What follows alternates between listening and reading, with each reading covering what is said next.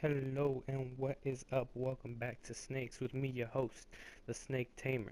Today we will have a special guest later in the show. We will have a chance to have a short interview with him. So I hope you guys are looking forward to it because I know I am.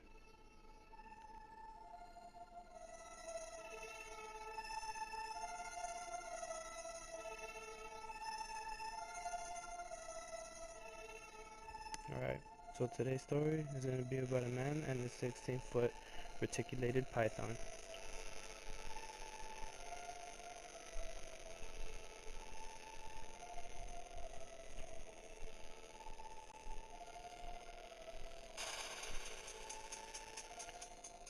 There was a 17-year-old kid named John. John was always fascinated by snakes. Ever since he was 5 years old, he wanted a snake, but his mother was afraid of what could happen. That is, of course, of no surprise.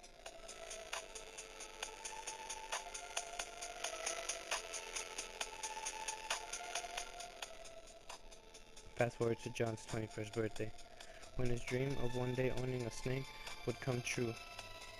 John's stepfather gave him a 16-foot reticulated python. Little did he know that they were in for a very dangerous accident that would happen soon enough.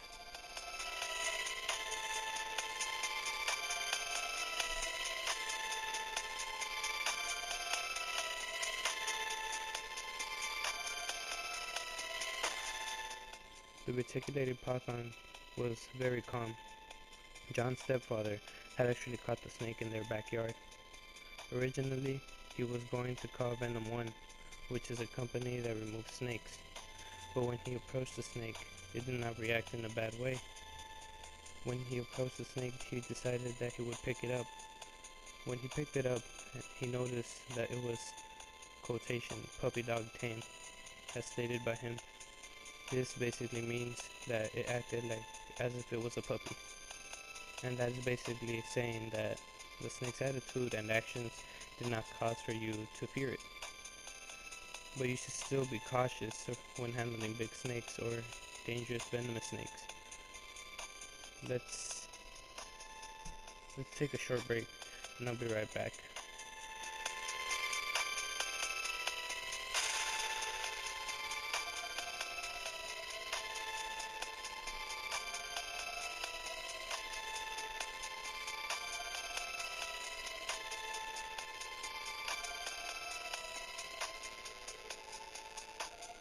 Okay, and we're back. So let's continue with the story. John had turned 21, and of course, since his father paid for anything that he wanted, so he didn't have to work. John spent most of, if not all of his time drinking and partying pretty late, since he had just turned 21. He was getting his reticulated python, which he had finally decided to call Sunshine since she was so tame. He had actually taken her with children so they could learn more about snakes. And he had taken her to shows, educational shows about snakes, which she enjoyed. When he was taking her out of her cage to feed it, he suddenly changed his mind for no reason other than the fact that he was not thinking right because he was intoxicated. He placed Sunshine back in her cage and gave her food right then and there in her cage, regular cage. The next morning, John woke up very disoriented, but for some reason decided that he was going to handle Sunshine. This was dangerous. He entered her habitat, and when he was walking and trying to pick her up, she struck at him and coiled around him. His stepfather was able to get there in time to have her removed from him. If he had gotten there later, John would have been dead. Bones crushed. Um, the snake released John. If it wasn't for John's stepfather, he would have died of suffocation. Luckily, he was taken to the hospital in time, and he had 3 broken ribs, and his right arm had been dislocated, which is the arm the snake had bitten. Now, John has made a full recovery, and he says that he does not blame the snake in any way. Be right back.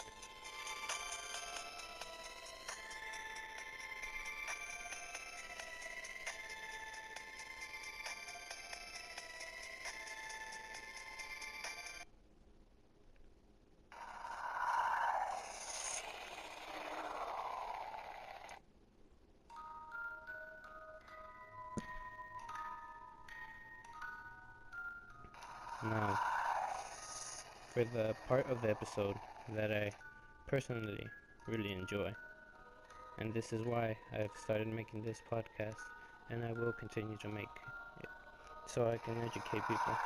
So, how this happened, and why it was not the snake's fault in any way. Okay, so his first mistake was feeding her in her original habitat. This causes for the snake to feel that when something enters its cage, it is food. Second, since he was disoriented, he said his arm was moving side to side a lot, which is the motion during feeding, so the snake will respond to it as if it is live prey.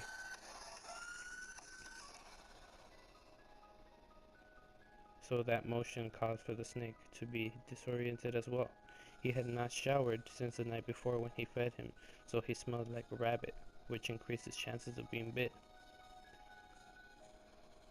Another reason was that he had only fed the snake one rabbit when it was so big that it needed two rabbits to fully be fed correctly, and he had made the mistake of being intoxicated and forgetting what the snake had to eat. Finally, he went straight towards the head, which will almost always cause a snake to at least strike at you in self-defense.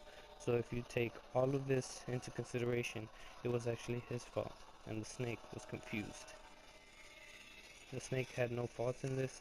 He was just trying to protect. She was just trying to protect herself, and was probably still hungry since he forgot to feed her, right?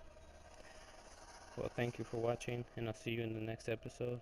I love making these videos because it helps me educate people on these snakes that people think are monsters, which are not.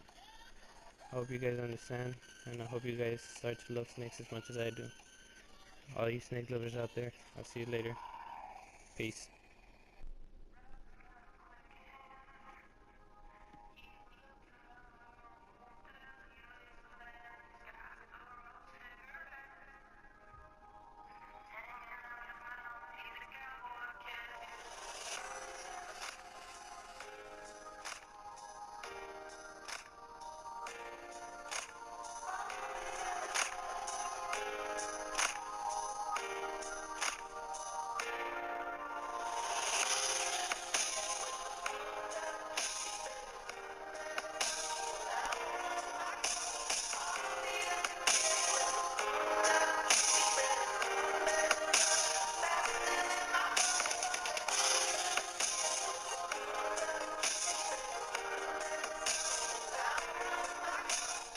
This story was dedicated to the snake that I just got recently. I called him Steve.